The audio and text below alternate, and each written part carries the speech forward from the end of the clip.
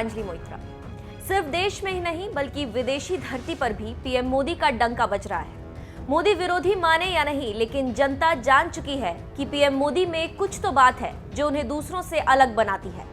आलम यह है कि दक्षिण कोरिया से लेकर सऊदी अरब और यूएन तो पहले से ही पीएम मोदी के फैन थे और अब भारत का सच्चा दोस्त रूस भी पीएम मोदी का फैन हो गया है।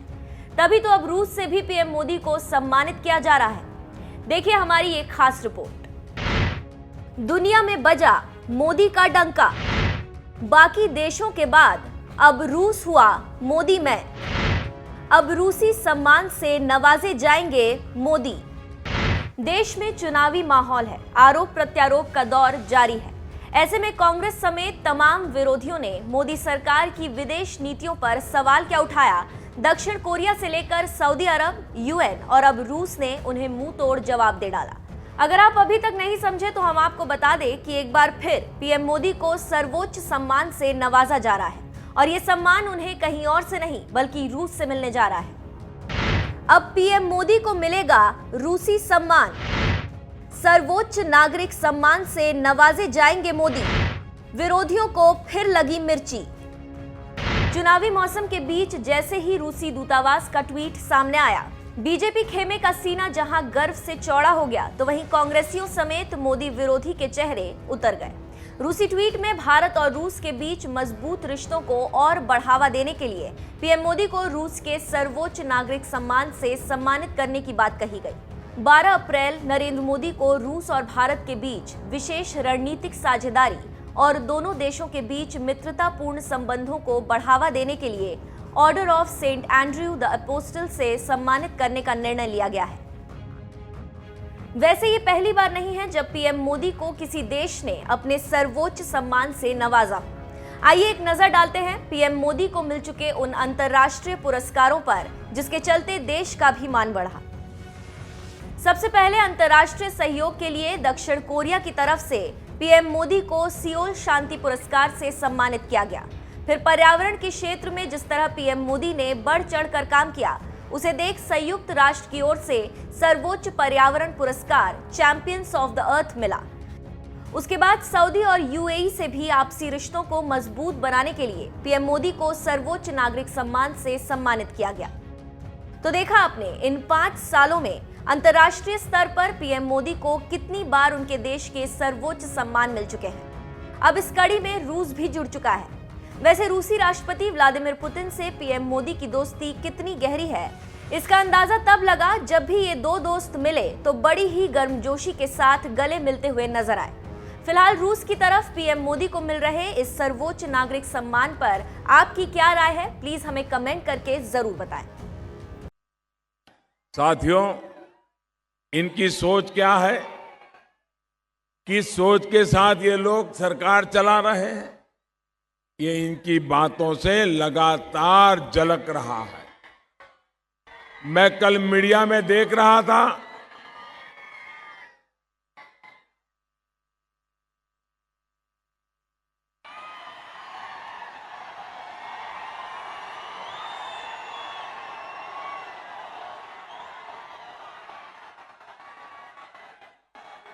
दोस्तों आपका प्यार मुझे मंजूर है, लेकिन मुझे बोलने देंगे तो मैं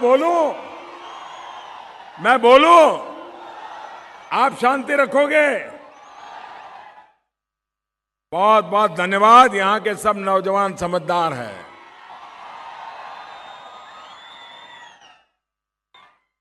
मैं कल मीडिया में देख रहा था कि कर्नाटक के मुख्यमंत्री ने कहा है कि हमारी सेना में वही लोग जाते हैं जिन्हें 2 वक्त खाना नहीं मिलता।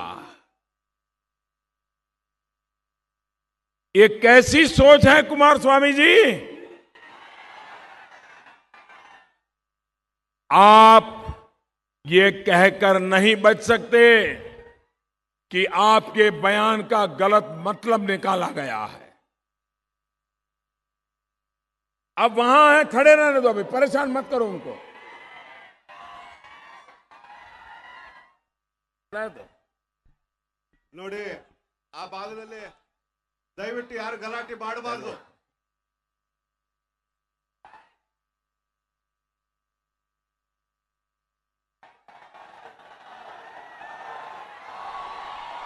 ಇಲ್ಲಿರುವಂತವ್ರನ್ನ ಕೈ ಜೋಡಿಸಿ आप ये कहकर नहीं बच सकते. ಎಲ್ಲರೂ ಕೇಳಬೇಕು. आप ಬಗ್ಗೆ ये ಇರುವಂತ ಪ್ರೀತಿಗೆ ಅವರು ಆಗ್ಲೇ ಅಭಿನಂದನೆ ಸಲ್ಲಿಸಿದ್ದಾರೆ. ನಿಮ್ ಕೈ ಮುಗಿತೀನಪ್ಪ, ಯಾರು ಘೋಷಣೆ ಕೂಗಬೇಡಿ, ಅವ್ರ ಮಾತನ್ನು ಕೇಳಿ ದಯವಿಟ್ಟು ಯಾರು ಘೋಷಣೆ ಕೂಗಬೇಡಿ, ಯಾರು ಘೋಷಣೆ ಕೂಗಬೇಡಿ. आप जो मुझे देख नहीं पा रहे हैं उनसे मेरी प्रार्थना है, मेरी आवाज सुन लीजिए. मैं बाद में फिर सामने आकर के आपको प्रणाम कर दूंगा. आप ये कहकर नहीं बच सकते कि मेरे बयान का गलत मतलब निकाला. आपने वही कहा है जो आपके दिल में है. देश की सेना का इतना बड़ा अपमान, भाइयों बहनों, मैं आपको पूछना चाहता हूं,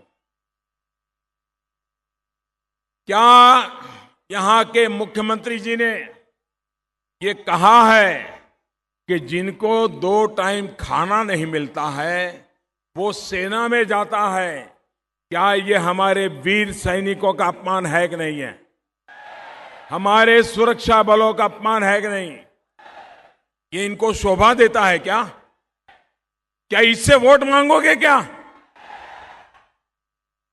जो देश की सेवा के लिए जाते हैं, जो देश की सुरक्षा के लिए कुछ भी गुजरते हैं, कुछ भी कर गुजरते हैं, अरे शून्य से भी 40-45 डिग्री कम तापमान में बर्फी हवाओं को सहते हैं. रेगिस्तान में 50 डिग्री तापमान में जो जलते हुए सूरज को बर्दाश्त करते हैं, जो महीनों महीनों तक समंदर में तिरंगा लिए दुश्मनों को भटकने नहीं देते, उनके लिए ऐसे शब्द, ऐसी सोच. अरे डूब मरो देश की सेना का अपमान करने वाले. भाइयों और बहनों, देश के वीर सपूतों का तप, उनकी तपस्या ये लोग कभी नहीं समझ सकते. यही लोग हैं सोना का चम्मच लेकर के पैदा हुए हैं. 3 पीढ़ी से सत्ता संभाल करके बैठे हुए लोग देश के गरीब की, उसका सम्मान, उसकी इज्जत ये समझ नहीं सकते. भाइयों और बहनों, यही सोच है जिसकी वजह से जेडीएस, कांग्रेस और इनके महामिलावटी दल हमारे देश की सुरक्षा को कोई महत्व नहीं देते. यही सोच है जिसकी वजह से इनके हर रक्षा सौदे में कोई न कोई घोटाला होता रहा.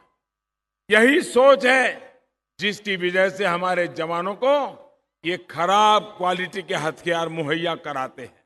यही सोच है जिसकी वजह से हमारे वीरों को सीमा पर जरूरी सुविधाएं नहीं दी जाती.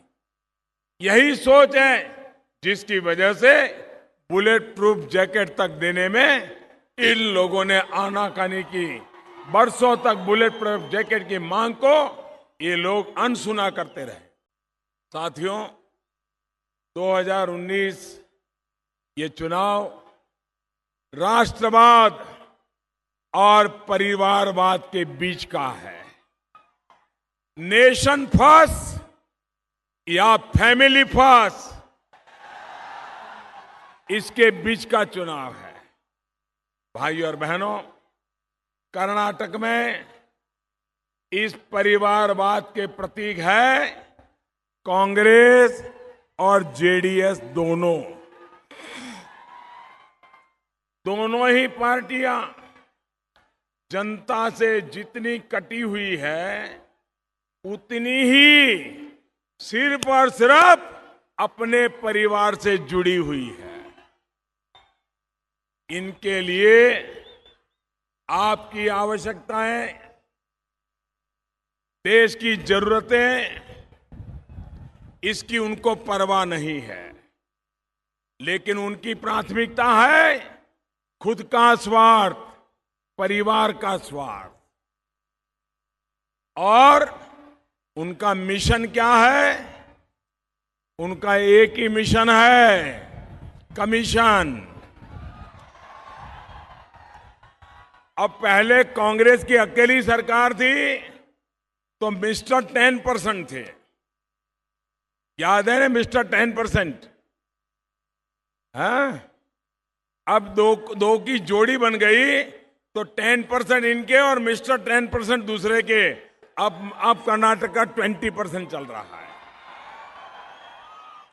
साथियों, जब परिवार की ही चिंता होती है तो वहीं क्वात्रोची मामा और मिशेल मामा जैसे दलालों का उनको पाला पोसा जाता है।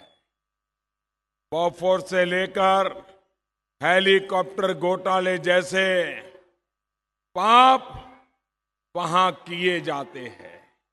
साथियों, कांग्रेस की करनी देखिए।